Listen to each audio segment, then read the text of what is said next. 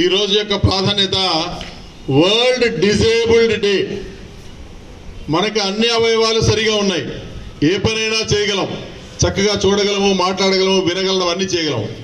అయితే భగవంతుడి సృష్టిలో కొన్ని కంప్యూటర్ మిస్టేక్స్ జరగడం వల్ల కొంతమందికి కొన్ని అవయవాలు సరిగా పనిచేయవు. అయితే వాళ్ళని వికలాంగులు అని అనకూడదు, ప్రస్తుతం వాళ్ళని దివ్యాంగులు అంటున్నాం. Differently abled persons. వాళ్ళలో వేరే రకమైనటువంటి ప్రజ్ఞలు చాలా ఉంటాయి. ఇప్పుడు మీరు ఏలూరు రోడ్లో కానీ బందర్ రోడ్లో కానీ సాయంత్రం పూట వెళ్తూ ఉంటే రెండు చిన్న ఇలాంటి మైక్ సెట్స్ పెట్టుకొని పాటలు పాడుతూ ఉంటారు బ్లైండ్ పర్సన్స్.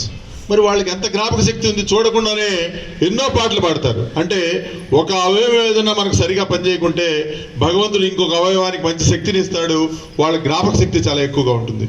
మరి ఇటువంటి వాళ్ళతో మనం ప్రవర్తించేటటువంటి తీరు సక్రమంగా ఉండాలి. మన పాఠశాలలో కూడా ఈ ముగ్గురు విద్యార్థులు కొద్దిగా ఇబ్బంది ఉన్నటువంటి వాళ్ళు ఉన్నారు, ఇంకా కొంతమంది ఉండొచ్చు. అటువంటి వాళ్ళని మనం చక్కగా ఆదరించాలి. ఇటువంటి వాళ్ళని ఇబ్బంది పెట్టడం, కామెంట్స్ చేయటం, నిక్ నేమ్స్ పెట్టడం, ఇలాంటివి చేస్తే అది మనకే పాపం. వచ్చే జన్మలో మనం అలా పుడతాం. కాబట్టి ఎట్టి పరిస్థితుల్లో వాళ్ళకి నిక్ నేమ్స్ పెట్టకూడదు, కామెంట్స్ చేయకూడదు. వాళ్ళని కూడా కలుపుకొని వెళ్ళాలి. వాళ్ళు ఎప్పుడైనా నడవలేకపోతే మనం చేయూతనిస్తూ నడిచే విధంగా ఉండాలి. చాలామంది మనకు మన దేశంలో ఉన్న వాళ్ళు కానీ విదేశాల్లో ఉన్నటువంటి వాళ్ళు కానీ డిఫరెంట్లీ డిజేబుల్డ్గా ఉండి ప్రఖ్యాతి చెందిన వాళ్ళు చాలామంది ఉన్నారు. వాళ్ళలో ఒక ఎగ్జాంపుల్ స్టీఫెన్ విలియం హాకింగ్స్. ఈయనకి 21వ సంవత్సరంలో మెదడు చచ్చుబారిపోయి నాడీ వ్యవస్థ మొత్తం దెబ్బతినింది. ఆయనకు ఒక్క ఎడమ దవడకు మాత్రమే ఇట్లా కదిలేదు.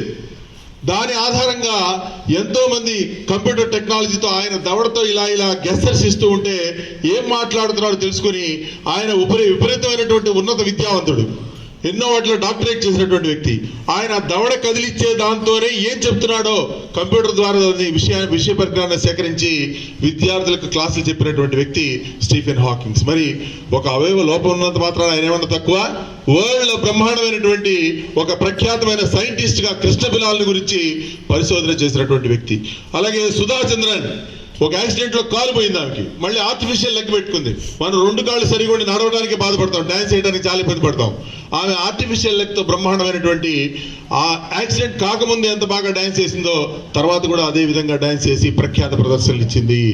అలాగే కన్నడ నటుడు బాలన్న, హీఈస్ డెఫ్ అండ్ డమ్, అయినా సరే ఆయన సినిమాల్లో బ్రహ్మాండంగా నటించాడు. ఇటువంటి వాళ్ళందరూ మనకు ఎంతో స్ఫూర్తిదాయకంగా ఉన్నారు. ఈ స్ఫూర్తి మనకెందుకు అంటే అన్ని అవయవాలు ఉన్నటువంటి మనము కొన్ని విషయాల్లో వెనకబడుతున్నాం. ముఖ్యంగా చదువులో వెనకబడకూడదు ఎట్టి పరిస్థితుల్లో కూడా. అవయవాలన్నీ సరిగా లేని వాళ్ళు వెనకబడ్డారంటే సరే దాంట్లో అర్థం ఉంది. అన్నీ సరిగా ఉండి మనం ఈ విషయాల్లో వెనకబడకూడదు. అలాగే మన ప్రవర్తనా రీతుల్లో కూడా మార్పు కావాలి. కళ్ళు మనకు చూడటానికి ఇచ్చాడు, మంచి విషయాలు చూడాలి, దిక్కుమాలిన చూపులు చూడకూడదు. చెవులు భగవంతుడు సరిగా పనిచేసేట్టుగా ఇచ్చాడు, మంచి విషయాలు వినండి. మనకు మాట ఇచ్చాడు, మంచి మాటలు మాట్లాడండి.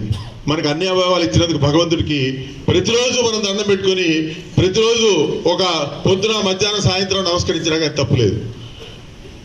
ఎందుకంటే అవి లేని వాళ్ళు చాలా ఇబ్బంది పడుతున్నారు. కాబట్టి ఈ సందర్భంగా అటువంటి ఇబ్బందులు ఉన్నటువంటి పిల్లలకి శుభాకాంక్షలు తెలియజేస్తూ, మరి మనం కూడా అటువంటి వాళ్ళకి చేయుతుని వాళ్ళని ఈ సందర్భంగా తెలియజేస్తూ, ఈ సందర్భంగా ఒక్క 2 మాటలు మీకు చెప్పదలుచుకున్నాను.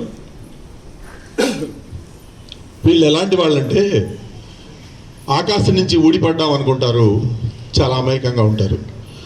తెగిపడ్డ ఆనింగి చుక్కలం, దివ్యాంగులైన పిల్లలం. తెగిపడ్డ ఆనింగి చుక్కలం, దివ్యాంగులైన పిల్లలం. అయినా మేం బడి పిల్లలం, బడిలో విరిసిన మల్లెలం.